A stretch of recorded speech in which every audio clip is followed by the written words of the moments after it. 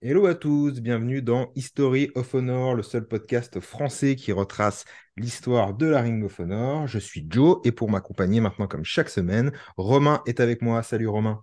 Fidèle au poste, comment on va? Ça va et toi? Tranquille, tranquille. Et le Docteur Zork. Salut à tous, Félix, Dr. Zork, président de Cocori Catch. J'espère que tu vas bien. Moi, en tout cas, ça va tranquille. Eh ben, ça va, super, content de vous retrouver. Merci à tout le monde pour vos écoutes, vos commentaires, vos partages, que ce soit sur YouTube, sur Spotify. Le podcast est disponible sur les deux plateformes, n'hésitez pas à vous abonner. Et vous pouvez aussi également nous suivre sur Twitter, Wrestling with Honor. On s'en va review le premier show de Ring of Honor qui aura eu lieu en dehors de Philadelphie. Un show qui va s'appeler Invades, Honor, pardon, Invades Boston.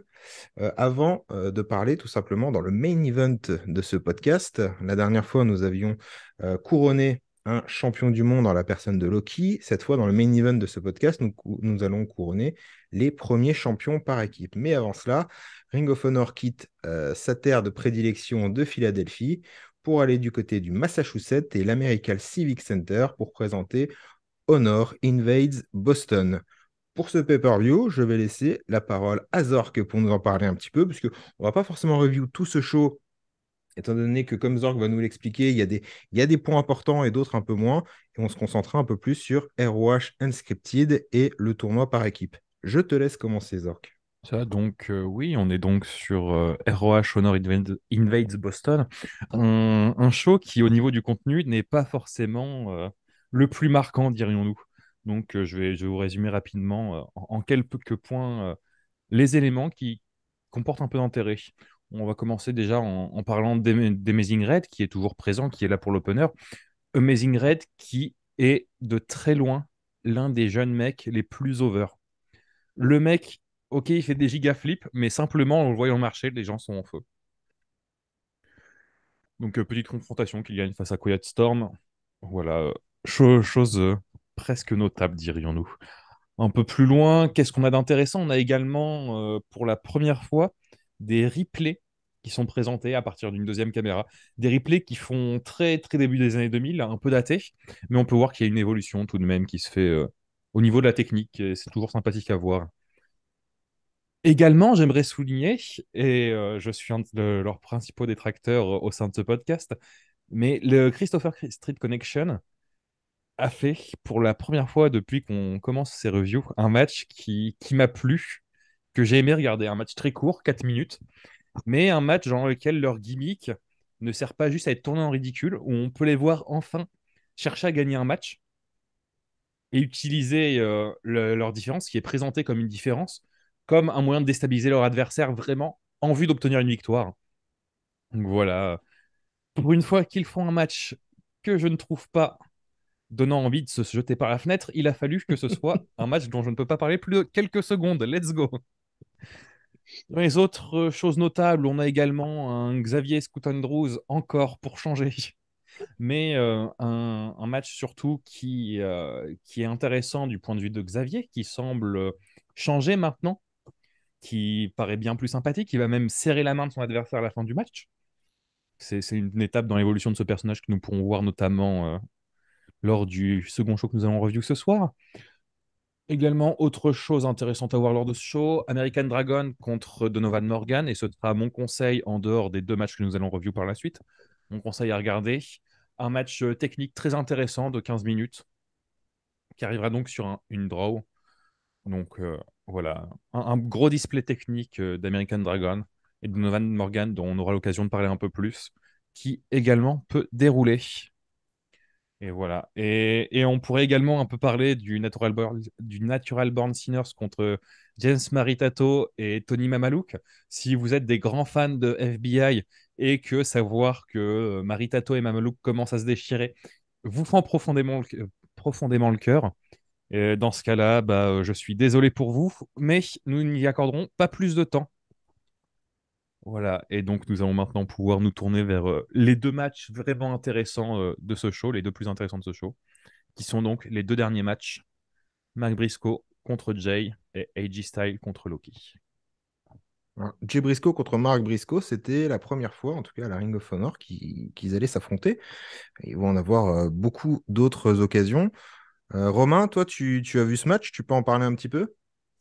Ouais, ouais, absolument. C'est un match qui est un peu à l'image du show. C'est-à-dire que, comme tu le disais, la Ring of Honor sort de sa zone de confort, entre guillemets. Elle sort de la zone Philadelphie-New York et elle va à Boston, donc dans un état différent. Elle fait quelques kilomètres au nord et elle va rejoindre la ville verte. Euh, et en fait, elle amène avec elle tout son roster. C'est-à-dire que, malgré le fait que ce soit une compagnie indépendante, on sent qu'il y a une volonté de cohérence et une volonté d'union. Parce que tu as un roster qui est quand même très similaire, pour pas dire identique, à ceux qu'on a eu pendant les premiers shows. Et on a, entre guillemets, je sais pas si on peut appeler ça des storylines, mais en tout cas, on a des confrontations qui font écho à ce qui s'était passé avant. Puisque tu vois justement dans le premier match Amazing Red contre Quiet Storm, ça fait référence au fameux match par équipe qu'on avait vu entre tous les gars de New York, avec les frères Maximo, avec Brian Excel, avec tout ça. T'as du coup ce qui continue avec la Christopher Street Connection. T'as toujours du coup Xavier et Scoot Andrews qui continuent à se battre et à faire prolonger leur rivalité. The Hit Squad qui continue son espèce de massacre par équipe. Donc il y a cette espèce de cohérence là qui se poursuit un peu. Et puisqu'on parle d'histoire et de storytelling, on parle forcément de Mark Briscoe et de Jay Briscoe. On rappelle, à la base, en fait, l'histoire qui tourne entre ces deux-là, ça vient du fait qu'ils sont frères, mais que justement Mark Briscoe, qui est le jeune de la bande, n'arrive pas encore à la cheville de son grand frère. Et d'ailleurs, son grand frère se fait un plaisir de lui rappeler en lui disant que ça sert à rien de toute façon de faire équipe ou même de vouloir marcher sur ses plates-bandes, puisque de toute façon, Jay est le grand frère, au sens propre comme au sens figuré, et il sera forcément meilleur. Et pourquoi du coup on a une opposition entre les deux? Parce que forcément Mark veut prouver à son frère qu'il est au niveau, mais surtout parce que le show se déroule à Boston. Boston, dont la commission athlétique autorise le très très très très jeune Mark Briscoe à catcher. À la base, l'une des raisons qui était mise en avant par Jay pour ne pas catcher son frère, c'était de dire de toute manière à Philadelphie, t'as pas l'âge pour obtenir une licence de catcheur, tu peux pas m'affronter, et de toute manière, ça vaut pas le coup. Donc si tu veux vraiment m'affronter, eh ben on va à Boston, on se met sur la gueule et je te prouverai que tu n'es pas au niveau. On va pas trop spoiler le truc, mais il y a un happy ending, on va le dire comme ça. Quoi qu'il en soit, le match est excellent. Euh, Il y a un petit peu de surenchère à la fin, au niveau des grosses prises et des near falls. Moi, je sais que c'est un truc, vous savez que c'est un truc qui parfois m'irrite un peu, mais dans l'ensemble, on va pas chipoter. C'est un bon quart d'heure de catch. Ça envoie dans tous les sens. On sent qu'ils ont un peu répété à l'avance, hein, parce qu'il y a des séquences qui sont très, très, on va dire, chorégraphiées. Mais c'est un super match de catch. C'est un des meilleurs matchs que vous verrez d'ailleurs en solo de ces deux-là.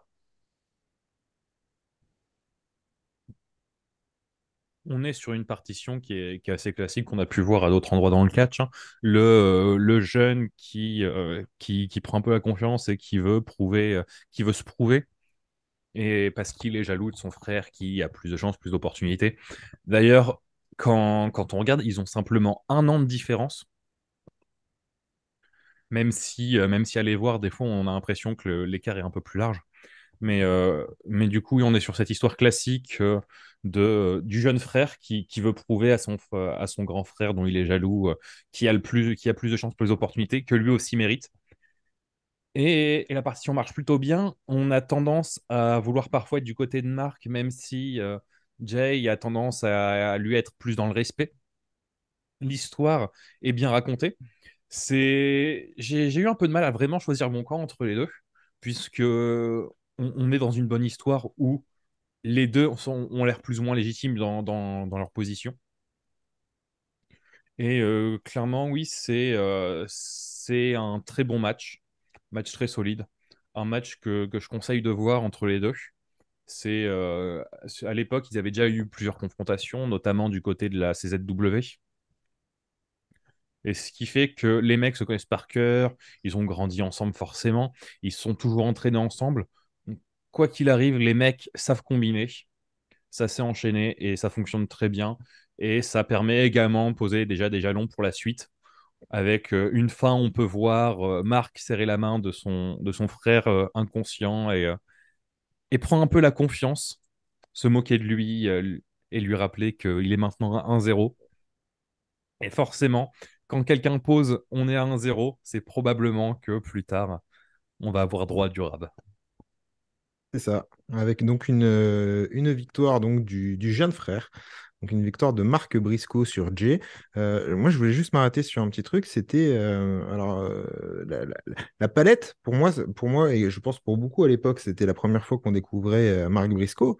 Il enchaîne des choses dans ce match qui sont assez intéressantes. Je pense alors, un mélange de plusieurs styles de catch. Il fait des descentes du genou, on a l'impression que c'est un catcheur des années 80.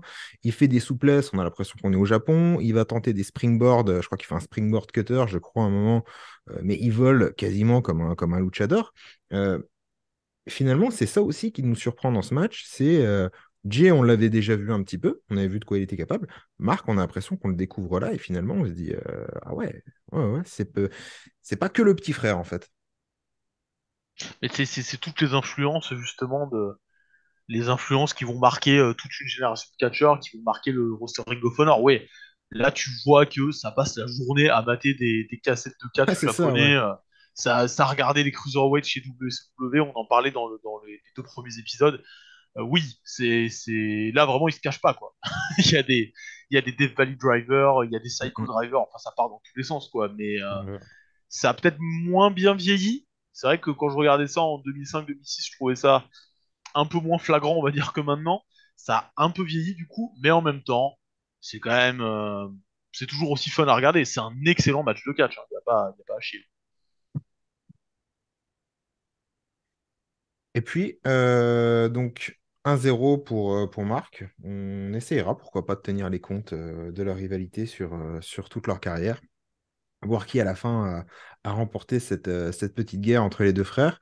Et on va passer ensuite au championnat du monde de la Ring of Honor, qui était défendu dans le main event par Loki. On a quitté le dernier épisode en couronnant Loki lors d'un fatal four-way de 1 heure. Loki qui va faire sa première défense cette fois contre quelqu'un qu'on connaît très bien, c'est AJ Styles. Parle-nous un peu de ce match, Zork. euh, AJ, lors de ses débuts à la ROH, avait pu affronter Loki. Il y avait eu certaines controverses liées à ça, donc ça a très vite justifié le fait de donner la première chance au titre à AJ Styles. Loki, lui, donc, qui sort de sa victoire suite de sa victoire dans le marathon match à 4, donc pour couronner le premier champion. On se retrouve avec deux mecs qui se connaissent un peu parce que c'est à peu près à cette période-là également qu'ils sont à la TNA et donc c'est des mecs qui se connaissent. C'est des mecs qui sont vus comme parmi les plus grosses stars de ce milieu à ce moment-là, qui commencent vraiment à exploser complètement. Donc on arrive sur une confrontation où bah, on a vraiment ce qu'on attend d'eux en fait. C'est tout du long, ça va dans tous les sens.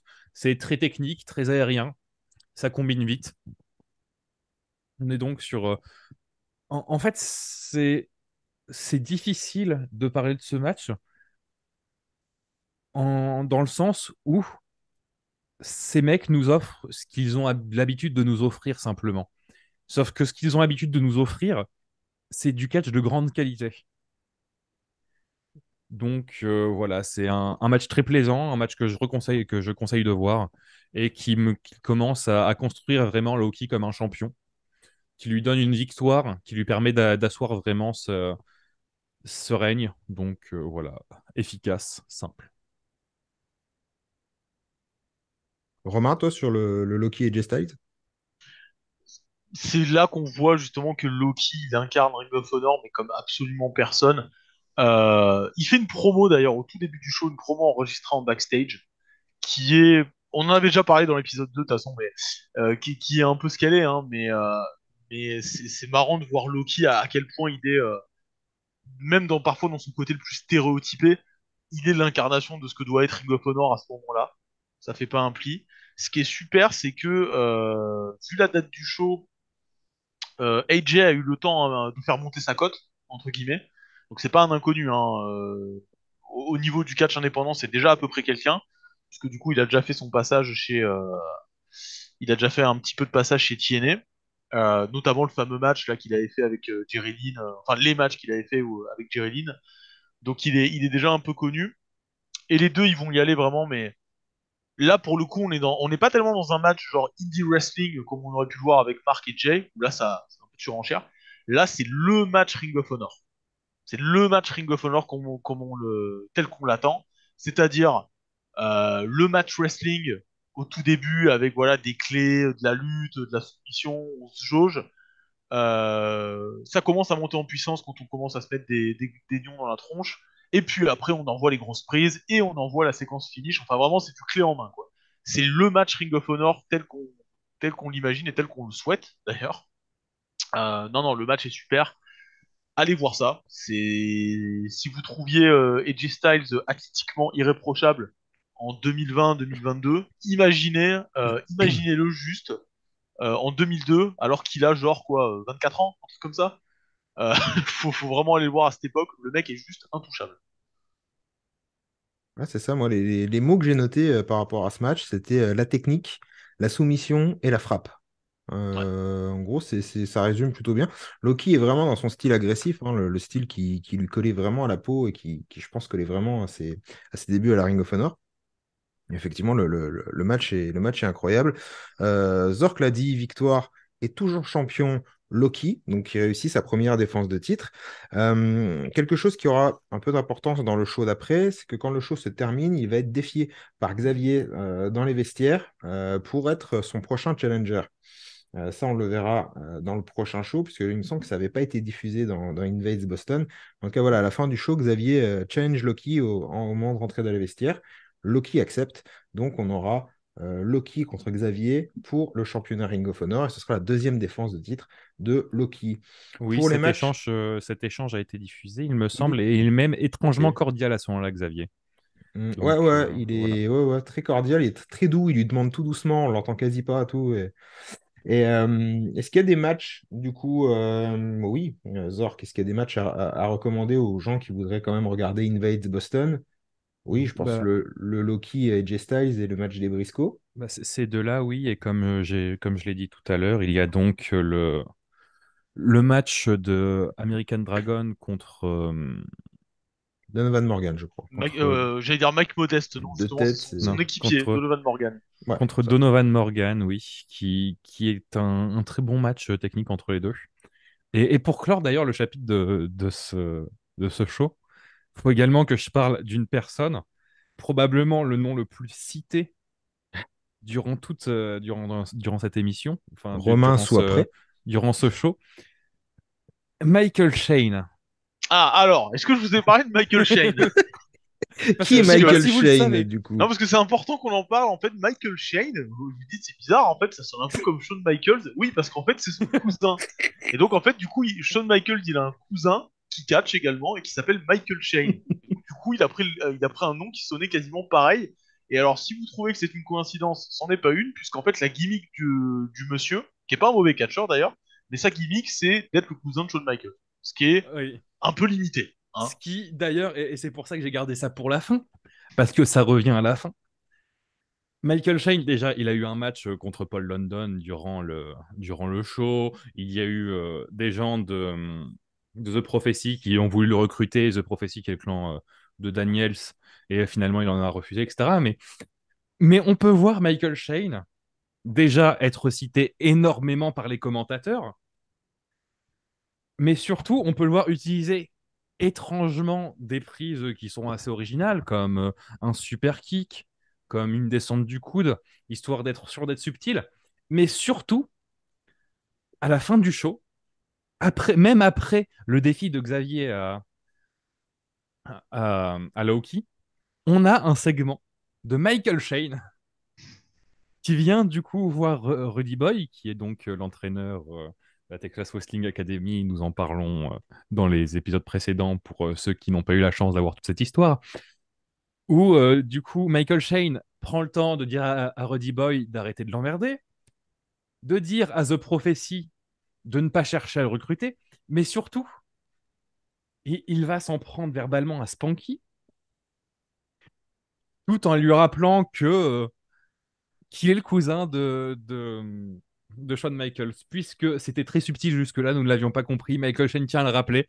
Il est le cousin de Shawn Michaels et c'est pour ça qu'il va botter le cul à Spanky. Et franchement, terminer le show là-dessus, c'était vraiment très plaisant. Ouais, c'est pour ça J'adore que quand ça parle de Michael Shane, vraiment. c'est pour ça que quand tu citais Michael Shen et que tu disais il fait des super kicks et des descentes du coude, ça avait un rapport avec Shawn Michaels. Ouais, parce que je sais pas si tu sais, mais Michael Shane, en fait, il y a une histoire. Ah, est-ce que tu peux me la raconter, s'il te plaît? Bah, En deux mots, vite fait.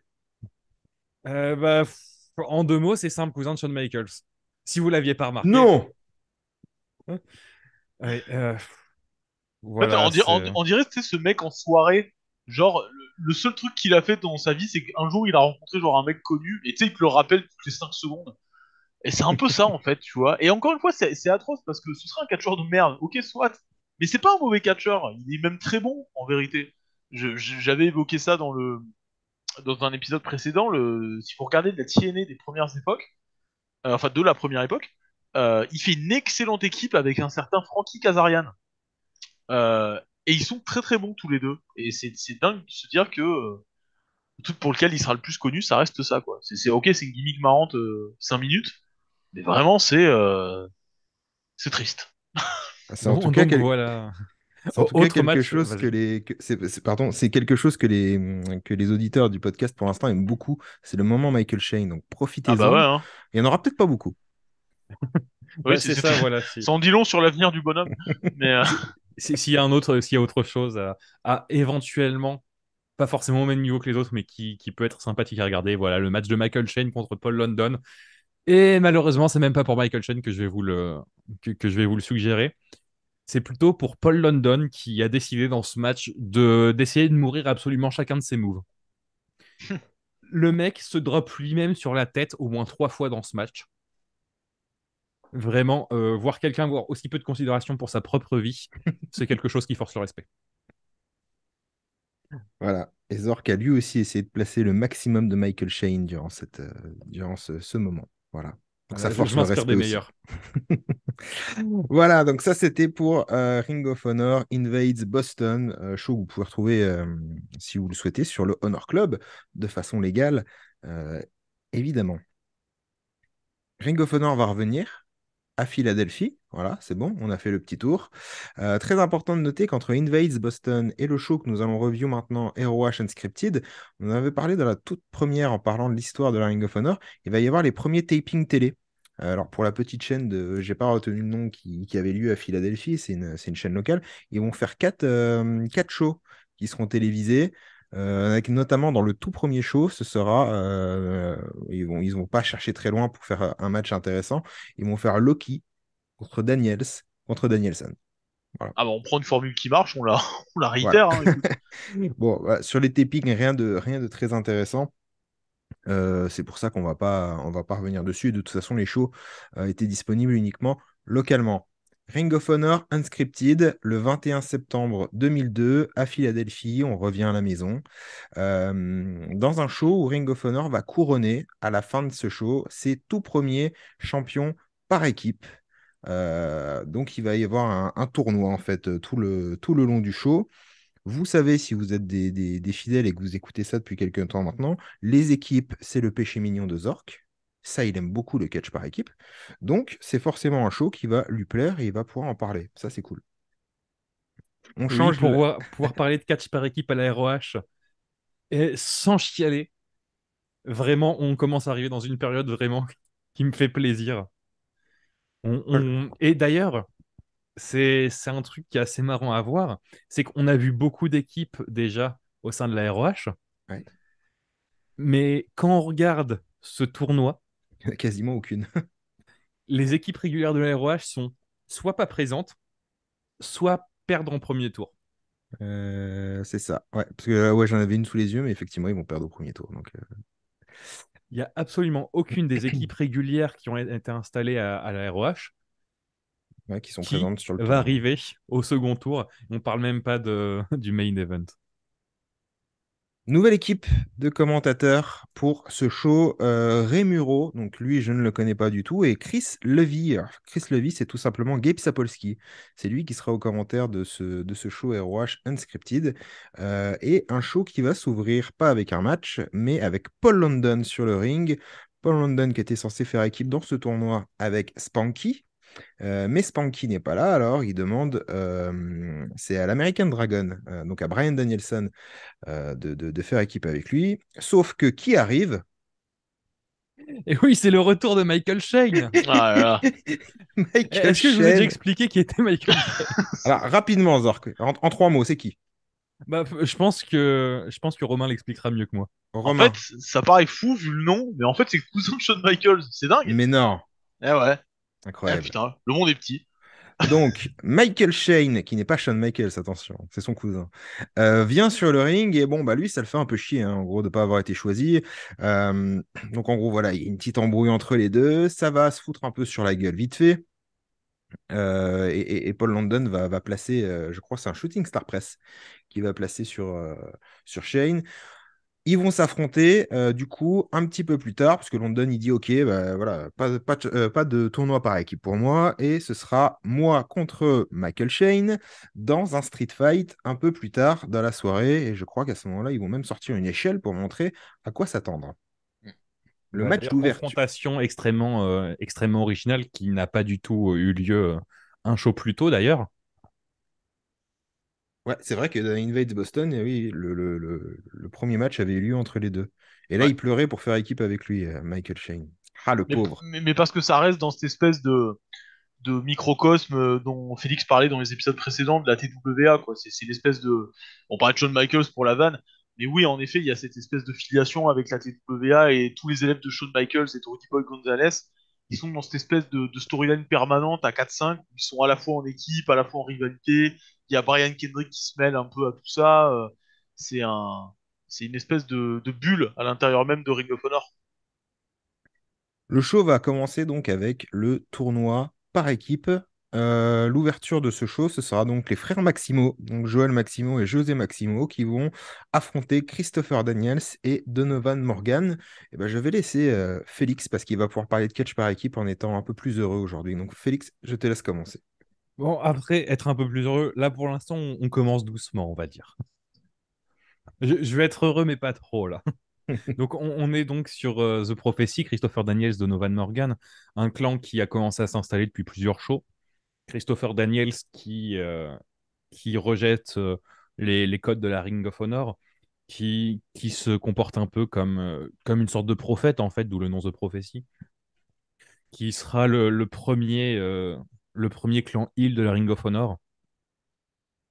Donc, Christopher Daniels, Donovan Morgan, on en a déjà parlé, c'est deux mecs qui sont solides, qui sont là depuis un petit moment.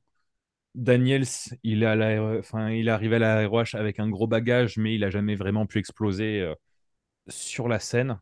Là, c'est vraiment le moment où il peut vraiment briller. Donovan Morgan, pareil, on n'a pas une grosse liste d'accomplissements encore à présenter. Lui, il me semble qu'il a un peu moins d'expérience à ce moment-là quand même. Il a dû commencer en 2001, quelque chose comme ça, si je ne me trompe pas. Donc, Donovan Morgan, j'ai trois quatre trucs à dire sur lui en fait. Moi, c'est un nom que je connais bien. En fait, c'est un type qui est, on pourrait l'inscrire dans une catégorie arrivé trop tôt entre guillemets, puisque dans ce podcast, on parle constamment de l'explosion du catch indépendant. En fait, Donovan Morgan, c'est un peu particulier. C'est un mec de Californie, pas du tout un mec de la côte est. Et il a commencé chez All Pro Wrestling, qui était une promotion californienne, notamment qui a fait le fameux King of Indies, dont on parle constamment, qui est un peu l'espèce de météorite qui a un peu oui, tout fait non, oui, exploser. c'est vrai. Et en fait, il avait notamment fait une équipe avec Mike Modest, que moi j'aimais bien. Et il a réussi à se faire une petite place, notamment chez Pro Wrestling Noah, dans les premières années. Tout début des années 2000, en fait, il fait des tas de tournées chez Pro Wrestling Noah. Et après, il va prendre sa retraite un peu plus tard, au milieu des années 2000, arrivé un peu trop tôt. C'est-à-dire, il aurait pu devenir une star de l'indépendant, mais voilà, le temps a fait qu'il est arrivé un peu tôt dans le catch et que du coup, il y a pas eu d'explosion telle qu'on l'attendait. Comme je disais, je pense que son équipe avec Avec Mike Modest, vaut quand même le détour et les matchs qu'il a fait chez Pro Wrestling Noah valent le détour. Pour l'anecdote d'ailleurs, si vous connaissez des vieux fans de catch dans votre entourage, ils vous parlent souvent d'un film qui s'appelle Beyond the Mat en 99, qui était un film qui dévoilait les coulisses, les vraies coulisses de WWF et ECW. Et dedans, notamment, on voit l'espèce de parcours de combattant que fait justement Mike Modest pour avoir un essai officiel chez WWE. Donc c'est un Mais mec qui a été important. je Mais suis con, oui, je suis en train de me perdre. Oui, c'est vrai que Donovan Morgan, c'est fin des années 90. Il y a notamment plusieurs passages, il me semble, du côté de la WCW et de la WWF, ouais, où il fait des piges par-ci par-là. il fait des undercards avec Chris Daniels notamment. Ouais, du Donc, ouais, côté c'est ça. WWF, il a affronté Bradshaw notamment. Et Donc, ouais, effectivement, c'est ça. c'est On a plutôt ce chez clan. Noah. Plutôt chez Noah que On ça. a ce clan The Prophecy qui est donc l'assemblage de deux mecs qui ont quand même un peu de bouteille et qui clairement sont présentés comme des mecs qui sont là pour s'établir un peu plus sur la durée, pour vraiment avoir un impact sur les ROH. Donc après, bon, bah, les frères Massimo, ils existent. C'est déjà pas mal. Il y a Oh, quelques... c'est dur. Non, en vrai, il y a quelques jolies choses, mais je trouve que ça fait partie de ces catcheurs où leurs matchs, c'est rarement des matchs non plus qui sont vraiment chiants, mais c'est rarement beaucoup de choses que tu retiens. En fait, ils sont un peu symptomatiques de, comme on disait, quoi, du catch indé des années 2000, quoi. C'est ça. Ça spot comme des malades mentaux et il y a des fois ça va un peu nulle part. Euh, Bah, ils ont leur importance parce qu'ils font partie de la fameuse équipe new-yorkaise qu'on évoque souvent. Mais en effet, oui, bah, ça fait partie un peu justement de ce catch indé années 2000, c'est que ça a vieilli. Ce style-là a beaucoup vieilli, en fait. Voilà. Et puis bon, événement un peu marquant de ce match, le Simply Lucius qui fait donc partie du clan aux côtés de Daniels et Morgan, qui se fait attaquer par une étrange femme qui l'embarque en coulisses. Tellement de tension. Donc voilà, c'est un opener qui fonctionne. Un match qui permet de bien introduire également le tournoi par équipe, mais pas forcément un match qui restera mémorable sur la durée. Ouais, c'est ça, c'est ça. Donc, avec une victoire donc, de Christopher Daniels et de Donovan Morgan, un match qui dure 7 minutes 20. Effectivement, bien pour un match d'ouverture. Bon, voilà, après, c'est pas forcément le match qu'on retiendra déjà de la soirée et malheureusement dans la carrière de ces catcheurs. On enchaîne avec. Alors, c'est aussi un des shows où il y a de plus en plus de choses qui se passent en coulisses. Zork parlait tout à l'heure du début, entre guillemets, des replays à Invade Boston. Donc, mais là aussi, il y a de plus en plus de choses qui se passent en coulisses. Et là, ça commence vraiment à grandir. Entre chaque match, quasiment, on a quelque chose. Et là, on va avoir Dick Togo et Ikuto Hidaka qui sont dans les coulisses en train de parler en japonais. Et ils sont interrompus par la Christopher Street Connection, donc les amis de Zork. Mais Euh, et il y a ce gars, le Japanese Pool Boy, c'est comme ça qu'il l'appelle. Et alors là, c'est un moment un peu. C'est mi-drôle, mi-gênant, quoi. Bah, c'est un peu le segment qui est censé arriver à chaque fois que la Christopher Street Connection apparaît. On parlera un peu de Dick Togo et d'Hidaka après tout à l'heure quand on sera à leur match. Mais oui, on a ce petit segment où on a la chance de voir la Christopher Street Connection provoquer une gêne incommensurable où ils vont demander aux Japonais s'ils aiment les bananes et en fait les Japonais ils réagissent mal et on ne sait pas si en fait ils détestent les bananes ou les homosexuels. Qu'est-ce qu'on rigole? Ah Mais oui, oui, oui, c'est. Oh mon Dieu. Mon mais, Dieu. C'était le voilà, moment homophobie aussi de ce show, hein, comme vous avez pu le retrouver dans les précédents numéros, malheureusement.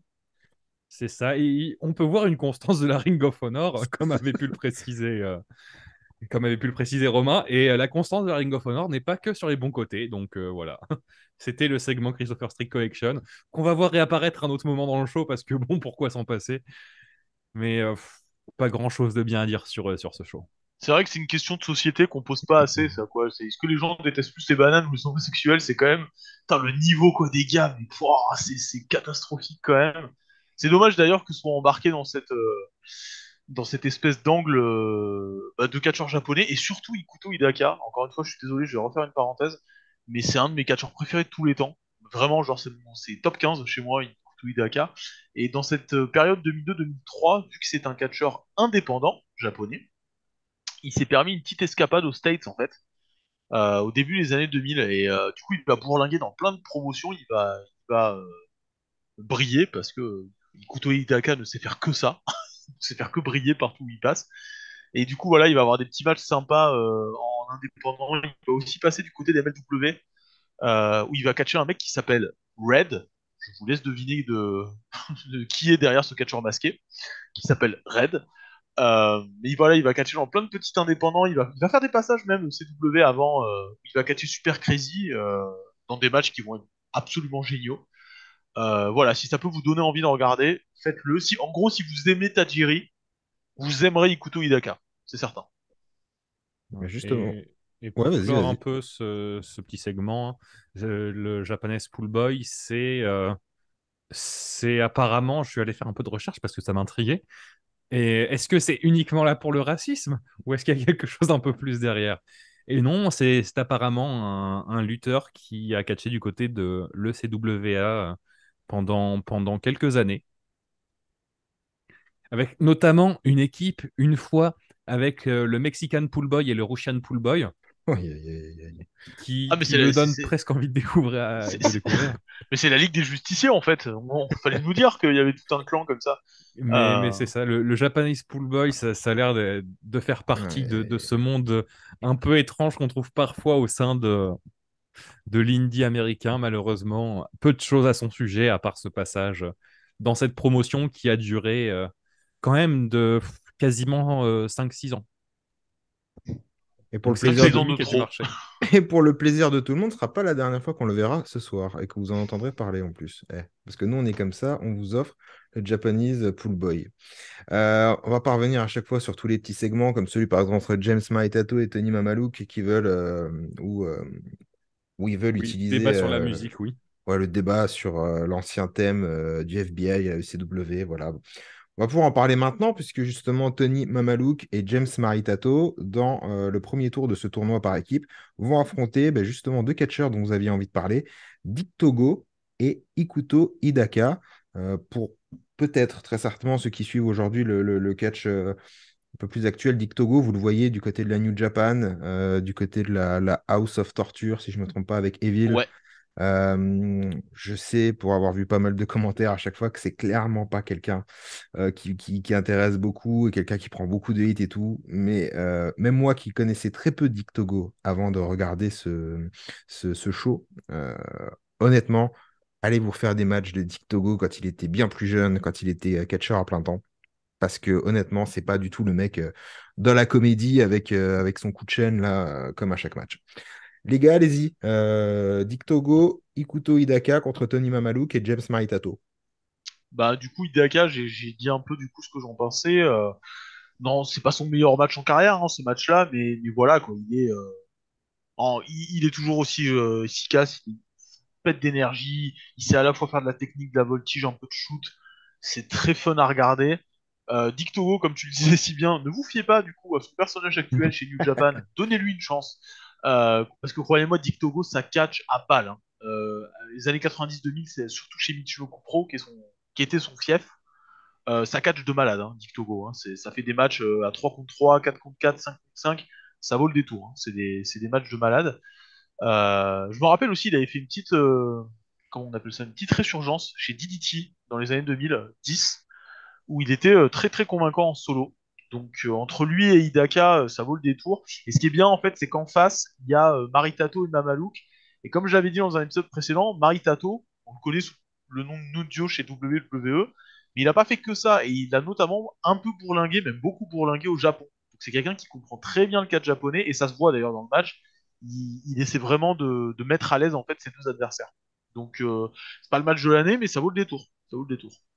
Bah, Mamalouk, d'ailleurs, c'est précisé par les commentateurs qu'il il est entraîné par Dean Malenko, histoire de rappeler Ouais, un peu sa street credibility. ouais. Donc, oui, Et Maritato entraîné par Billy Robinson. voilà. T'as un peu parlé d'Hidaka, du coup, je vais développer un peu sur Dick Togo. Dick Togo, donc, qui a pu être connu un peu sur le sol américain grâce à sa présence dans le clan Kaientai. qui est passé, il me semble qu'il a fait partie du BWO à l'ICW à un moment. Ouais, ouais. Et donc, ouais, il a été présent dans pas mal de clans, un très solide au sein de la Michinoku Pro. Donc, gros passage du côté de la DDT. Pour ceux qui s'intéressent plus à la scène américaine, il a notamment un passage du côté de la Chikara dans le King of Trio 2010 ou 2011, je sais plus, pour la team Michinoku Pro. Donc voilà, des matchs qui sont très solides. Donc à la DDT, il est extrêmement divertissant. On a pu voir également qu'il est capable de s'illustrer dans des registres un peu plus fun, on va dire. Il a notamment été porteur plusieurs fois du Ironman Heavy Metal Weight également. Donc dans des passages qui sont pour certains assez faciles à retrouver. Donc ou pas mal. Donc ça catche bien, ça s'amuse bien. C'est un mec qui est assez complet. Et donc ouais, c'est vraiment dommage que la vision quand on est de nos jours, c'est la vision du Bullet Club où il sert pas à grand-chose à part à tricher et à finir des matchs de manière un peu prématurée. Donc voilà, c'est un mec, creusez un peu sa carrière, n'hésitez pas. Il y a beaucoup de très belles choses. Et donc là, on arrive sur un match entre Maritato et Mamalouk contre Dick Togo et Hidaka, qui est un match qui combine bien. Mais à nouveau, tu sens que il y a une équipe qui est là vraiment pour avancer dans le tournoi, l'autre qui est là plus pour la mettre en valeur, parce que d'autres histoires se racontent, etc. On sait que Maritato et Mamalouk, en ce moment, il y a des tensions, donc on s'attend pas du tout à une de leurs victoires. C'est d'ailleurs ce qui va arriver, hein. Les Japonais vont prendre le match.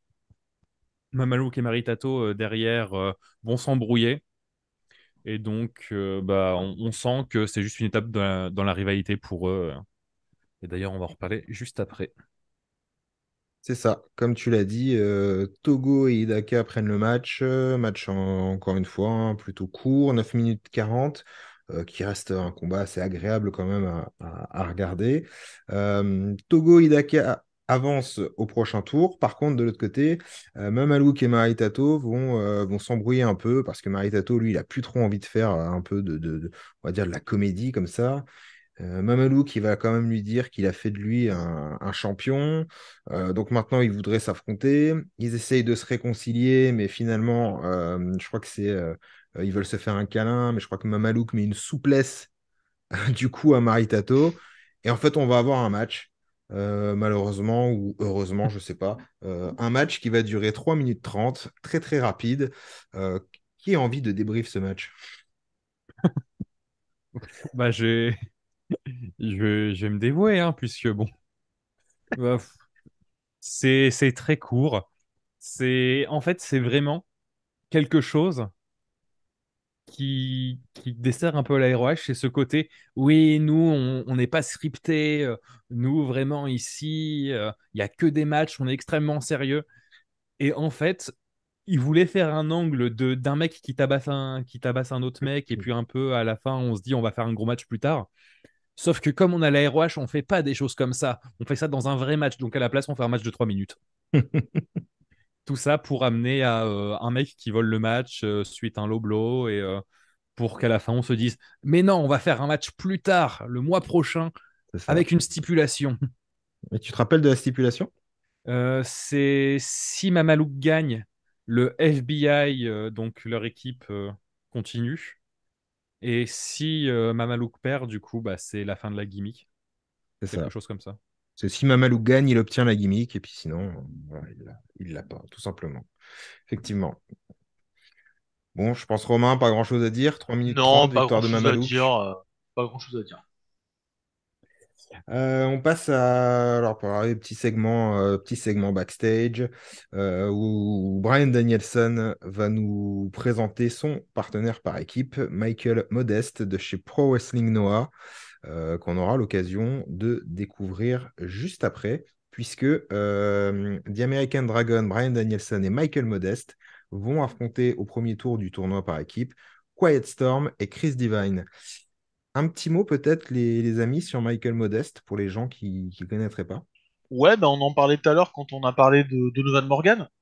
Le gros truc que fera Mike Modeste dans sa carrière, justement, c'est le fait d'avoir été en équipe avec Donovan Morgan et d'avoir fait ces fameuses tournées chez Pro Wrestling Noah. Et d'ailleurs, je dis une énorme connerie, c'est que tout à l'heure, je disais que Donovan Morgan, c'est lui qui apparaît dans Beyond the Mat. Non, c'est Mike Modeste. Mais je les confonds tellement tous les deux parce qu'ils sont tellement indissociables que justement, je les mets souvent ensemble. Ben, exactement comme son partenaire d'ailleurs, exactement comme Donovan Morgan, arrivé trop tôt. En même temps, avec son âge, il n'allait pas commencer le catch à 40 ans, hein. Il est né en 71, donc il est arrivé dans le catch dès les années 90, avant que le catch indépendant soit vraiment incontournable. Bon petit catcheur, encore une fois, bonne équipe, très cool d'avoir les tournées chez Pro Wrestling Noah. C'est tout ce qu'on retiendra de lui, mais c'est déjà une belle carrière finalement. Bah, tout, je dirais même un peu plus, parce que il a également été présent du côté de la scène mexicaine, notamment avec des Ouais, passages chez AA et SMLL. Mais comme tu le dis, oui, c'est un de ces mecs qui a un bon petit potentiel, qui a fait quelques petits trucs, mais qui malheureusement n'aura pas laissé une marque indélébile, peut-être parce que bah, il n'a pas eu une chance que d'autres a pu avoir, il n'a pas été au bon moment, au bon endroit. Mais, euh, mais quoi qu'il arrive, c'est ce qu'on peut voir au moins dans le show, c'est que ça combine bien, c'est efficace. ouais, ça Donc combine voilà. très bien, tout à fait. Ouais, ça combine très bien, avec une victoire encore là, une fois assez rapide, hein, 6 minutes 23 de Bryan Danielson et Michael Modeste qui avancent. Moi, j'ai trouvé le match un poil peut-être court. Par rapport, en tout cas, c'est le plus court que les précédents. Moi, je connaissais pas du tout Michael Modeste, et en le découvrant, moi, j'ai compris donc du coup Noah, tout ça. Et je me dis, il était bâti, en tout cas, ce monsieur, je trouvais, pour le catch japonais. En tout cas, il a ce truc de catcheur japonais, quoi. Mm, complètement. On va revenir dans un angle qui a été enregistré un petit peu plus tôt dans la journée avec le Carnage Crew qui, plus tôt dans la journée, n'était pas très content de ne pas avoir été booké pour le tournoi, comme on l'a dit en début de review. Comme Zork le disait, en tout cas, très peu d'équipes qu'on a vues jusque-là chez Ring of Honor étaient finalement sur le tournoi ou pour le peu qui ont été, ont passé le premier tour. Le Carnage Crew, ils sont vraiment pas contents. Ils vont attaquer premièrement des gens qui sont, je crois, en train de préparer le ring. Je crois, des gens qu'on connaît pas. En tout cas, voilà, des gens qu'on connaît pas. En tout cas, ils vont tabasser. Voilà, juste parce que ils sont pas contents. Voilà. Je sais pas si ça suffit, mais C'est une bonne raison, visiblement. hein. Voilà, à l'époque, visiblement, ça suffisait. Donc, on aura le dernier match de ce premier tour du tournoi par équipe, pardon, entre le Date Squad et les Natural Born Sinners. Et malheureusement, un match qui n'aura pas lieu, Zork. Enfin, malheureusement, je ne sais pas si c'est le mot, parce que ils ont fait un tir groupé, du coup. Toutes les équipes comme ça là, qu'on a pu voir avant, on s'est dit on va toutes les dégager d'un coup. Donc le Carnage Crew qui a attaqué, enfin les Sinners qui ont été attaqués backstage, on ne sait pas par qui. Et ensuite on voit le Carnage Crew qui attaque Date Squad, donc on se dit bah en fait peut-être que c'est eux. Et donc voilà, c'est juste on élimine d'un coup trois équipes. Après je dis, j'étais un peu méchant en disant ouais peut-être que c'est bien que qu'on ne soit pas passé par là. C'est possible, mais je trouve que c'est un peu feignant dans le booking.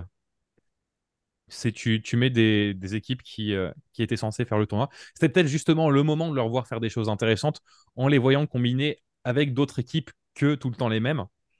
Et là, c'est juste on élimine, tir groupé, tout le monde d'un coup. Oh là là, ça s'attaque en backstage. Surtout il faut souligner que le Carnage Crew, lorsqu'ils ont appris qu'ils n'étaient pas dans le tournoi, plutôt que s'attaquer à toutes les jeunes équipes qu'ils ne connaissent pas, etc., ils ont décidé juste de tabasser les mêmes mecs avec qui ils se tabassent depuis plusieurs mois. C'est une relation plutôt saine, je pense, entre eux, où pour passer leur colère, ils s'attaquent entre eux. Parce qu'ils se font mal, mais au moins ça protège les autres. Et c'est peut-être ça l'important. Pas grand-chose à dire de plus, Romain, Non, non, sur pas cette. grand-chose à dire de plus en l'occurrence. Enfin, à part que par rapport aux équipes qu'il y avait dans ce tournoi, justement, un petit rappel juste sur Divine Storm, que je trouve très sympa, comme toujours. Chris Devine et Et Quiet Storm, du coup, comme on disait les dernières fois, qui allait révéler beaucoup de choses au Japon après. C'est intéressant de les voir tout jauneaux comme ça. Mais sinon, pas grand-chose à dire, hein. Donc voilà, toutes ces équipes-là, du coup, vont sortir.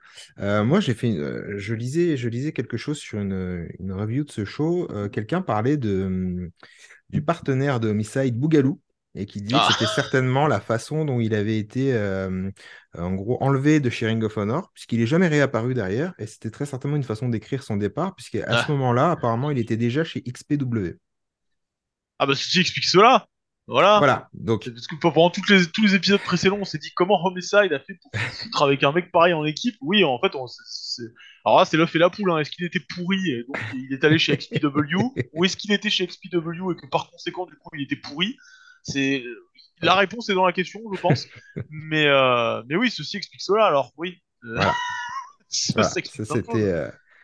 c'était pour la petite info que j'ai trouvée de mon côté. Du coup, bah, on passe au tour d'après. Le tour d'après, c'est Christopher Daniels et Donovan Morgan contre Dick Togo et Hidaka. Bah vas-y, Zork, si tu veux commencer. Bah, let's go. Daniel a pu faire des passages du côté du Japon en tant que Curryman. Je crois qu'il ne catchait pas en tant que Daniels. Ouais. Mais il me semble qu'à ce moment-là, du coup, il a déjà pu affronter Togo et Hidaka dans différentes configurations. Donc, dès qu'il y a des adversaires qui se connaissent, en général, c'est toujours bon signe pour la qualité sur le ring. Là, on a surtout un match qui permet à The Prophecy de continuer de développer leur façon de penser, où il y a des jolis échanges, il y a quelques filouteries, avec notamment un Donovan Morgan qui va proposer de serrer la main à un Hidaka qui va être naïf, l'accepter, et tout ça pour simplement se faire attaquer par derrière par Daniels. Les mecs sont tous très solides. Là, on peut voir vraiment ce dont Togo est capable, notamment. D'ailleurs, dans ce match, je ne sais pas si vous l'avez remarqué, mais il y a une super descente du coude. Vous savez à qui ça me fait penser? On va en parler dans deux matchs, je crois. Et allez. Mais voilà, c'est un match très solide. Ça fera partie de mes recommandations à la fin du show. Ouais. Mais voilà, c'est vraiment dans ce genre de match qu'on peut voir le style de la Michinoku Pro dans un peu Lucharesu vraiment s'exprimer. Donc c'est fort sympathique. Mais comme tu le disais, ouais, Daniel, il jouissait déjà d'une expérience au Japon, donc il a forcément croisé Togo, ça j'en suis à peu près certain, parce que sous la gimmick de Curryman, il avait notamment catché chez Michinoku justement. Donc ça, je suis sûr à 99% qu'il a déjà croisé Dick Togo. Ça clique bien, hein. Ça clique bien, c'est limpide. Il y a des vraies bonnes équipes dans ce tournoi, hein. C'est un peu évident de le dire comme ça, hein, mais c'est des bons choix d'équipe, hein. C'est encore un meilleur choix d'ailleurs d'avoir dégagé Bougalou et Homicide. Ils ont vraiment gardé des bonnes formations. Euh, Encore une fois, moi, c'est très très personnel, hein, mais je suis juste très content de voir Hidaka. Moi, il y a un truc chez Hidaka, je sais pas pourquoi, chez moi ça clique. Il fait partie de cette génération de gars avec Tajiri, avec Minoru Tanaka d'ailleurs, qui est encore chez Glate en 2023 et qui pète le feu. Il fait partie voilà, de cette génération Hidaka de mecs qui ont réussi à croiser le shoot style et la voltige. Donc tu parlais de Lucharesu, le fait de croiser le catch japonais et le catch mexicain. Là, il y a un côté encore plus, je sais pas comment dire, impact. Il y a un côté encore plus euh, décisif et en même temps très précis dans le fait de croiser des soumissions un peu shoot style et de la voltige pure et simple. Hidaka, c'est un ambassadeur de ce style. Je suis pas du tout objectif. J'adore ce catcheur. Et du coup, ouais, je suis allé revérifier. Oui, il y a bien eu une des confrontations entre Hidaka et Curryman au début Ouais, des voilà. années 2000. Hidaka qui va être victime donc de The Prophecy, puisque c'est lui qui va prendre le tombé de Christopher Daniels avec Donovan Morgan qui va lui tenir le pied. Victoire et donc qualification pour le prochain tour de Daniels et Morgan. Personnellement, moi, c'était mon match favori du show jusqu'à là. J'ai adoré le match. Et je crois que oui, bon, il sera top 3 en tout cas des recommandations, ça c'est sûr. Euh, Le match d'après, je souffle parce qu'il y a Prince Nana et que je sais qu'on va forcément en parler plus que le temps que le match a duré. Et Bien c'est le résumé. problème. Et c'est le problème. Euh, pardon. Dunn va affronter en un contre un, il sera accompagné de Marcos, va affronter Alex Arian, qui lui est accompagné de Prince Nana. On va faire très vite, le match durait 1 minute 36, victoire d'Alex Arian. Et après le match, c'est plutôt, on va dire ça, entre guillemets, qui nous intéresse. Arian va vouloir conserver le code de l'honneur, donc serrer la main. Prince Nana qui est là, donc avec son casque de rugbyman pour protéger sa tête, qui est blessé suite à un match précédent contre Loki. Nana va prendre le micro et va dire à Arian que non, non, c'est pas comme ça que ça va se passer. Il va aller plus loin, il va lui demander de devenir son serviteur, carrément. Et Arian va lui donner un super kick dans sa tête, un peu blessée. Bon, je crois qu'il n'y a pas grand-chose à dire là-dessus. Je sais pas si vous voulez revenir. Je sais pas si tu as un peu de choses à dire sur Alex Arian. Eh ben alors vas-y, non, moi, j'ai rien mis de plus. Je suis passé directement après, je t'avoue. Alex Arion, ça fait un peu partie de ces têtes que tu vois passer un peu sur la scène indépendante, qui a jamais fait grand-chose, qu'on voit popper un peu de ci, de là. Il est passé du côté de l'ICWA, notamment, lors du Super 8 Tournament, je crois. Ça doit être en 2003, où genre il paume au premier round. Pareil, il a des matchs par-ci, par-là, en fait, mais jamais d'accomplissement. Ça fait partie de ces noms qui ont rempli des bas de cartes à une époque et qui malheureusement ont été oubliés par la suite, mais parce qu'il n'y a jamais grand-chose de notable à dire sur lui, malheureusement. Moi, je vais être très honnête, Alex Arion, c'est inconnu au bataillon pour moi, mais vraiment complètement inconnu. Il y a que Dunn que je connais parce que j'en avais parlé il y a 2 épisodes, le fait que Dunn et Marcos, ça a été une des premières vraies tag team estampillées Ring of Honor. Donc voilà, c'est pour l'anecdote, mais sinon vraiment j'ai pas grand chose à retenir du match. Et on va enchaîner tout de suite encore avec un très bon angle, un peu de comédie, un peu de rigolade et surtout un peu de zork, puisque la Christopher Street Connection arrive au ring, accompagnée aussi bien sûr du Japanese Pool Boy et de Alison Denger. Je te le laisse celui-là, Zork. Prince Nana est là d'ailleurs C'est beaucoup, encore, c'est beaucoup trop gentil. hein. Ah bah de Bref, rien. donc on a CSC donc qui se ramène, qui vient vérifier que Prince Nana va bien. Et donc Prince Nana, quand il voit que deux homosexuels s'approchent de sa tête, bah, il a peur et il s'enfuit. Et finalement, Buffy et Mace, les deux membres de la Christopher Street Collection, bah, en fait, il y a un petit malentendu. Parce que Buffy aimerait qu'il se marie. Mais Mace, lui, tout ce qu'il veut, c'est du sexe. Parce Donc que vous c'est voyez. connu dans la vie, tu peux pas avoir les deux. Soit tu te maries, soit tu te trompes, mais c'est pas les deux. Mais, C'est et donc, du coup, voilà, il se roule un giga patin. Mickey James arrive, les défonce tous. Et, et voilà. Voilà. Et c'est. c'est Bah, vraiment ce fil rouge de Christopher Collection, vraiment faut que ça prenne fin quoi. oui, oui, Mais, Vraiment. mais c'est bon là. C'est Aïe bon. aïe. mais en fait, encore une fois, ils font donc débuter Alexis Larry, donc, qui est donc Mickey James, Mm, et la rend over parce qu'elle frappe des homosexuels. c'est ça. Voilà, Et donc, voilà. et voilà. Et il y a toute la salle qui chante Tu es chaude.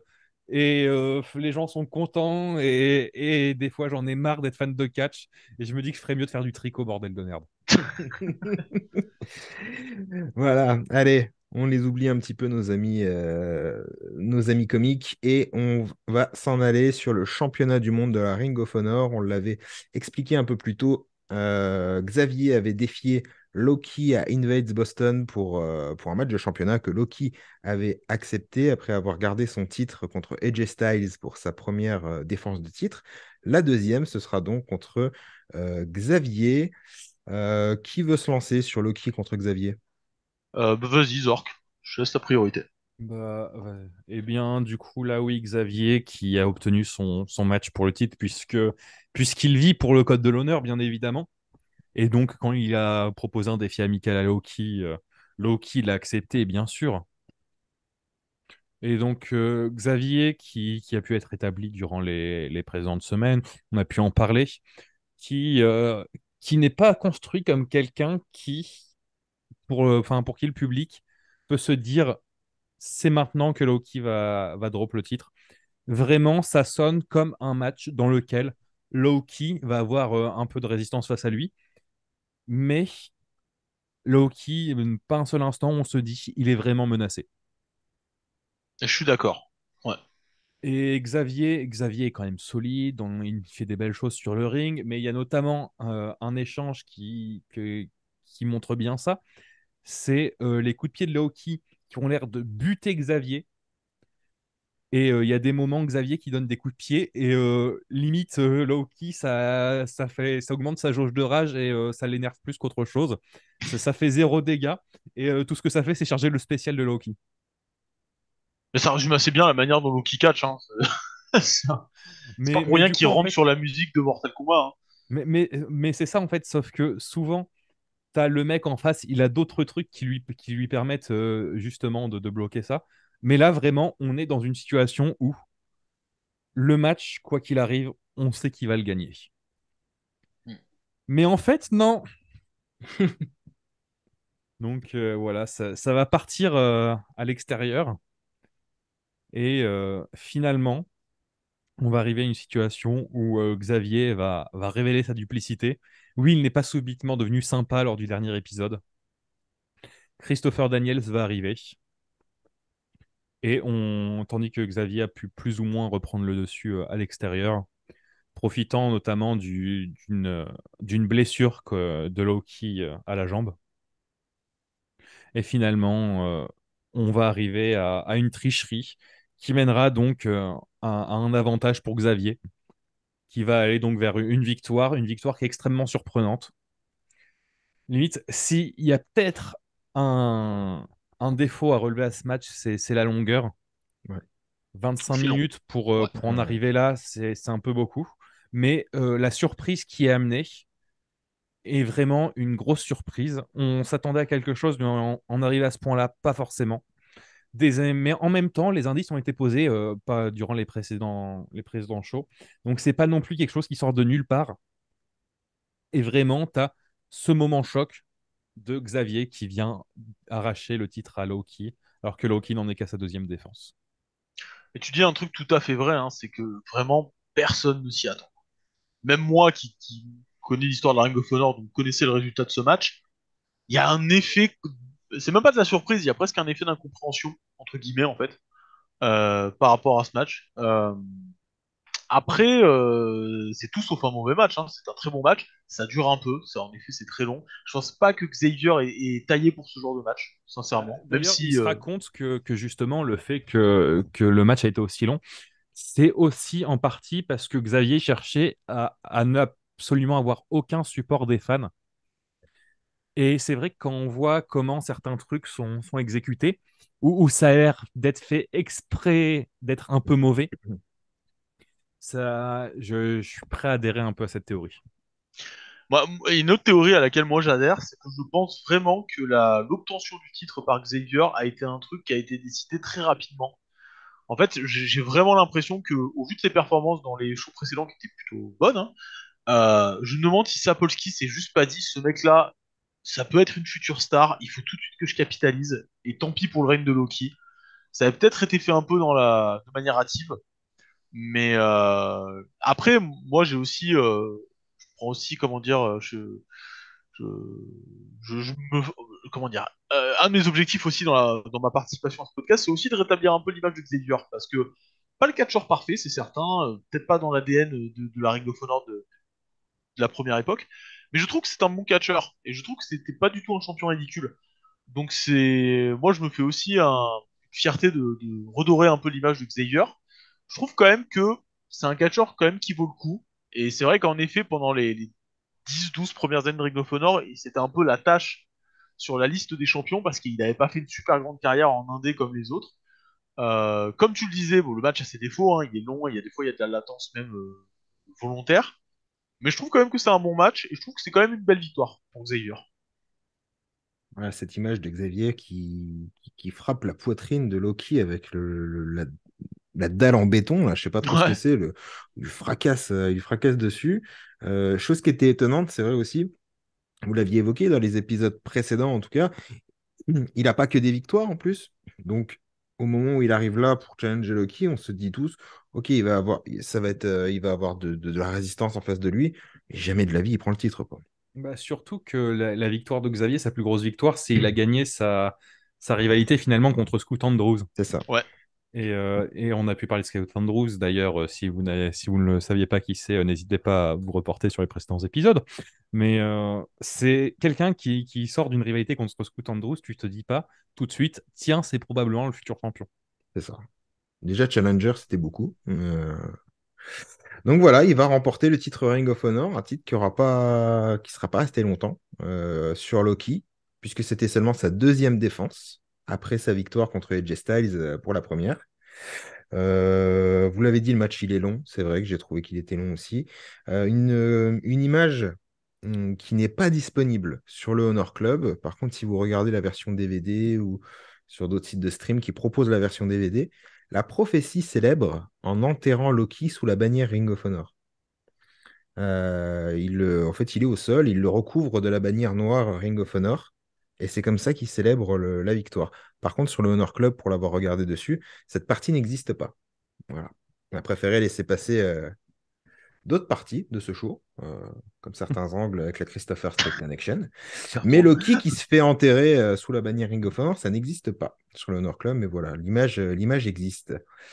Euh, Nouveau champion, est-ce que pour vous, alors même si vous le saviez, est-ce que ça fait vraiment sens quand même si, ok, Xavier, c'était un très bon catcheur, on l'avait déjà dit, je crois, dans le premier podcast, que c'est vrai que des fois on avait l'impression que son nom était un peu étrange au milieu des autres champions, mais est-ce que c'est quand même pas un peu étrange d'avoir enlevé le titre à Loki aussi vite? Mais comme je dis, je pense que ça a été vraiment une décision qui a été prise. C'est pas à la va-vite, mais presque quoi.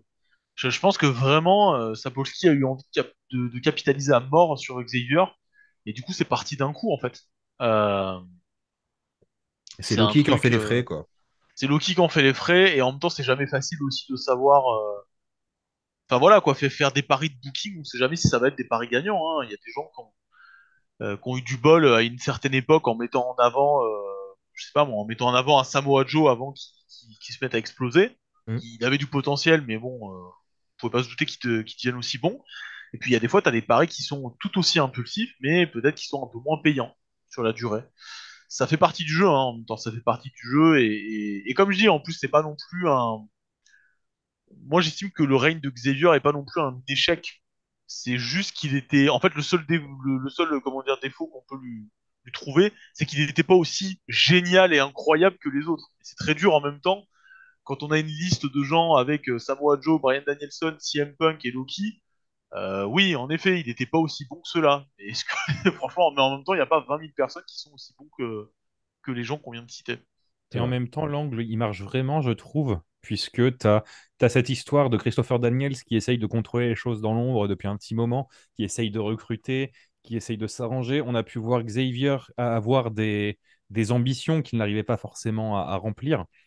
Et voir tout ça se connecter à cet endroit-là pour faire de The Prophecy le clan dominant qu'il cherche à être, ça fonctionne. Et surtout, ça arrive au milieu d'un show où The Prophecy est encore en lice pour les titres. Et donc, ça met un peu de tension là-dessus sur comment on va se jouer la finale. Est-ce qu'ils vont réussir à obtenir les titres? Et donc, ce clan qui représente un rejet complet des idéaux de la ROH, est-ce que c'est eux qui vont réussir à avoir les titres? Et donc, dans ce cas-là, comment on va réussir à les déloger? Bref, ça permet de construire des choses vraiment pour l'avenir. Là où Loki était peut-être plus un champion générique, là, en termes d'histoire, il y a plein de choses intéressantes qui commencent à se dessiner. Donc voilà, nouveau champion Ring of Honor, Xavier. Déjà le deuxième champion hein, dans la jeune histoire de Ring of Honor. On va enchaîner avec un match entre Takao Omori et Sony Siaki. Est-ce que vite fait, vous pouvez un peu expliquer qui sont ces deux personnes? Ouais. Takao Mori, poids lourd de chez All Japan, qui a fait des piges un peu à droite à gauche ailleurs, mais qui a passé, on va dire, trois quarts de sa carrière chez All Japan. Bon petit poids lourd. Le problème, c'est que comme je te le disais en off, quand on est un poids lourd et qu'on est chez All Japan, c'est compliqué de briller, hein, parce qu'il y a quelques messieurs qui passent devant, hein, notamment Kawada, Izawa, Kobashi, Taoe, Akiyama, sans compter les étrangers avec Terry Gordy, Stan Hansen et Gary Albright. Compliqué de se faire un nom. Et du coup, Omori, il a eu une trajectoire de carrière intéressante puisque c'est devenu un spécialiste du catch tag team. Donc c'est devenu un très bon, comment dire, poids lourd d'équipe. Donc il a fait toute sa carrière, on va dire, a été jalonnée de règne de titres par équipe, que ce soit chez All Japan ou autre. Et Sony Siaki, bah là c'est un peu moins prestigieux, pas un mauvais catcheur, hein, mais connu surtout pour être passé chez WCW et dans les premières années de la TNA. Il a un petit peu brillé, mais il y a beaucoup moins de choses à dire sur lui. Le match en lui-même est oubliable, ce qui n'est pas forcément une insulte, hein, mais je veux dire, avec tout Oui, ce qu'on a oui, vu dans le show et surtout tout ce qui se profile après, c'est pas exactement un match mémorable. C'est marrant juste de voir Omori dans les premières années de Sharing of Honor. c'est ça. Et donc, du coup, bah, je vais compléter un peu les informations que tu as pu poser sur les personnages. Omori, donc, il a également un peu d'accomplissement en dehors de ça, dans le sens où il a également décroché une fois le champion de Carnival au milieu des années 2010. Mais surtout, il a été le tout premier Gay World Anal champion de la DDT. Est-ce que tu peux Et expliquer ce que c'est? Ah, oui, on a besoin de précision, ouais. Bah oui, parce que pour les gens qui connaissent pas Mais, DDT, mais pas pour intérêt journalistique, hein, parce qu'on fait bien le travail, voilà, on a besoin de savoir. exactement. Et puis si Cody nous écoute, je pense que tu vois, il aimerait bien savoir où tu en es sur ces connaissances-là. bah, en fait, le gay World Anal Champion, gay qui vient de Get Us All Yours, eh bien, malheureusement, je ne sais pas exactement ce que c'est. C'est un titre que j'ai vu passer et franchement, ça, je me suis dit, il faut se renseigner un peu plus. Et donc, je peux simplement vous dire que, il a gagné ce titre lors d'un show de la Zero One, il me semble, qu'il a été le premier champion. Il a battu Denshoku Dino pour ça. Malheureusement, il rendra son titre vacant au bout de près de 200 jours, quelque chose comme ça. Et puis bah, après, c'est Denshoku Dono qui le portera à deux reprises. Il n'y a que 5 champions dans l'histoire de ce titre. Un titre qui malheureusement n'aura pas brillé, mais qui a un design, ma foi, de fort bon goût. N'hésitez pas à aller regarder ça. Malheureusement, il y a pas grand-chose de plus à dire sur ce titre. Et c'est bien dommage. Et concernant Sony Siaki, il est surtout connu pour son passage en tant que Flying Elvises au C'est sein de ça, Ouais. l'Athena. c'est ça. Donc voilà, une équipe composée également de Jimmy Young et d'Estrada, je crois, si je dis pas de bêtises. Mhm. Ouais, George Mm. Estrada. C'est ça, donc c'était juste un clan heel qui était déguisé en Elvis. Parce que pourquoi pas, hein. Et donc, je tiens également à préciser que dans ce match, il est présent. C'est parce qu'en fait, il remplace Modeste, qui devait affronter Takao Omori. Modeste, qui lui-même a rejoint American Dragon pour faire équipe.